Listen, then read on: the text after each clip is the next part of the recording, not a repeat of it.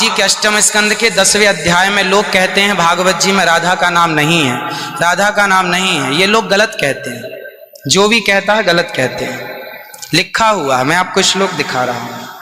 भागवत जी के 8वें स्कंद के 10वें अध्याय में श्लोक नंबर 40 है, लिखा है उद्यतायुध दौरदंडई राधावंतो भटान मृधे। राधावंतो लिखा, स्पष्ट लिखा गुरुजी।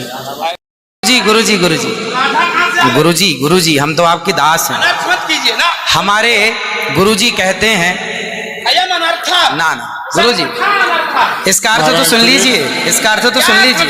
आप जब राधा बता रहे हो, सुनिए सुनिए गुरुजी, इसका अर्थ है राधावंतो भटान मृधे। इसका अर्थ गुरुजी ने बताया हमें, गुरुजी ने, हमारे गुरुजी, कोई गुरुजी नहीं बता सकता। हमारे गुरुजी कहते हैं बिल्कुल नहीं बता सकते, क्योंकि जब आप राधा बनाओगे तो सर्गे कहाँ जाएंगी? गुरुजी उद्यतायुधई ही गुरुजी, गुरुजी कहते हैं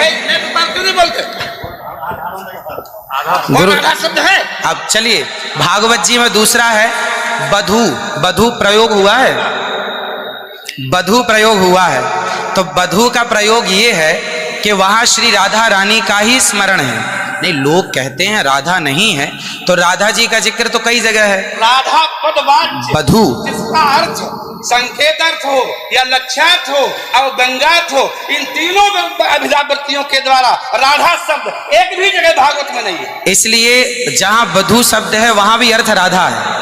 जहां बधू है ऐसे पानी का अर्थ जल भी होता है। जहां राधा है, जहां बधू है वहां राधा है। ऐसे थोड़े होता है। जहां आप जैसे लोग देखिए, आप विश्व हमारे गुरुजी ने बताया, ये हमारी क्या ताकत की हम बताएं?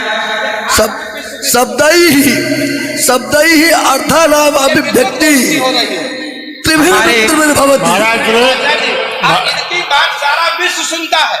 महाराज श्री बोले हमारी बात 20 आदमी सुनते हैं। महाराज जी सारा विश्व। त्रिपाठी जी, महाराज आचार्य जी, आपके चरणारविंद में मेरा निवेदन है कि अरे आप हटिए सामने से। आचार्य आचार्य आप हटिए भैया। अरे नहीं, लेकिन ऐसा श्रीधर, आप विश्व को सुनाते हैं इसलिए कह रहा हूँ। श्रीधर जी नहीं तो गलत सुना रहे। इन्हें हटाओ। कौन है? कोई गुरु नहीं बता सकता यार। चलो गुरुजन का हम चलते हैं, अगर गिरिराज जी बता दे। आचार्य जी, श्री गुरुजी ने कहा है कि यहाँ जो राक्षस हैं वो राधा रानी का स्मरण करके, जो राक्षस हैं राधा रानी का स्मरण करके और युद्ध करने चले। जो राक्षस हैं भटान मृधे जो है, गुरुजी ने बताया कि जो राक्षस लोग हैं वो किसका स्मरण करके युद्ध करने चले? श्री राधा रानी का। ब्रह्म वैवर्त पुराण के अनुसार राधा ही मूल आधार है। यहां तक कि राम में भी राधा छिपा हुआ।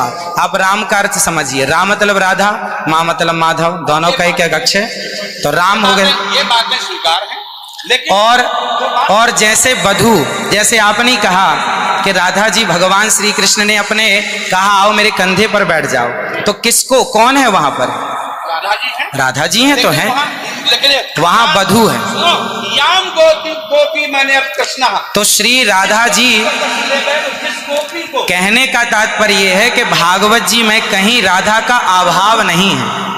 भागवत जी में कहीं भी शब्द ही अर्थानाम अभिव्यक्ति कई वृत्ति भी भवति। वृत्तयः कति संख्या का? अभिधावृत्त्या, लक्षणावृत्त्या, व्यंजनावृत्त्या शब्दानाम अर्थस्य अभिव्यक्तिर्भवति। अस्ति कश्चन विद्वान् वक्तुं शक्नोति।